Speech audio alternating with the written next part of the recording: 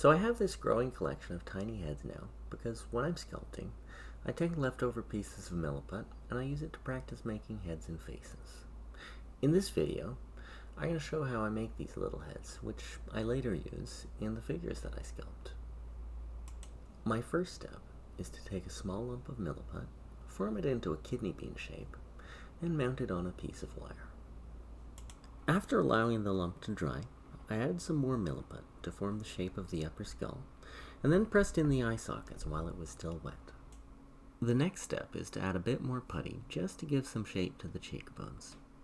It's around this point that I start to get a feel for the kind of character that I want to embody in this face.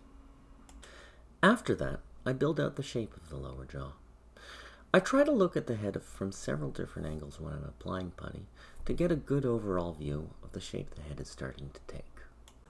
While the putty was still wet, I started to define the shape of the mouth. There was a bit of trial and error here. I first tried an open mouth, which didn't really appeal to me very much. So instead, I decided to make it firmly shut. The nice thing about working with the putty before it cures is that you can always smooth it over and keep trying until you find something you're happy with. After the putty was cured, I smoothed things out a little. Then I used a dental pick to sharpen the details around the mouth. This is not going to be a very happy looking fellow. The next thing to do was to add a layer of milliput to the cheek to build out the jawline a little more. At this point, the sculpting process becomes one of addition and subtraction. First I build up the shape, and then I carve out the details and refine it. After that, I gave him a nose. Usually I do this earlier in the process, but not this time. And then once again, I scrape away excess material to bring out the details of the facial features.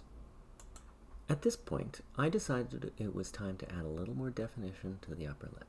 So I added a tiny amount of milliput and worked it in, using first dental tools and then a silicone color shaper to push the putty into the shape I wanted. After scraping away some excess, I feel like I'm ready to say that I'm happy with how this head looks. When I eventually attach it to a figure, I'll probably refine it a little bit more, but for now, I'm happy to put it away with all the other heads that I've finished. Thank you everyone for tuning in, and if you have any questions or anything to say, by all means leave them in the comments.